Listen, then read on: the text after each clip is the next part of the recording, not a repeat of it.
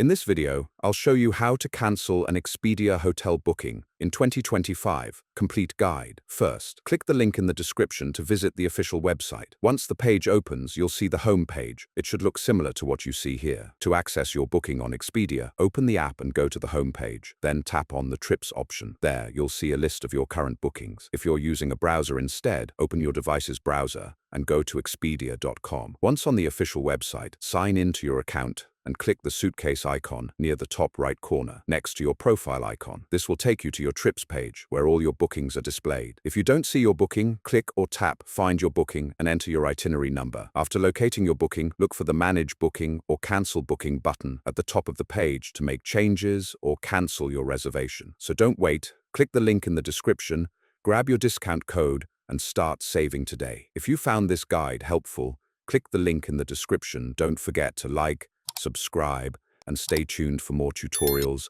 and exclusive deals.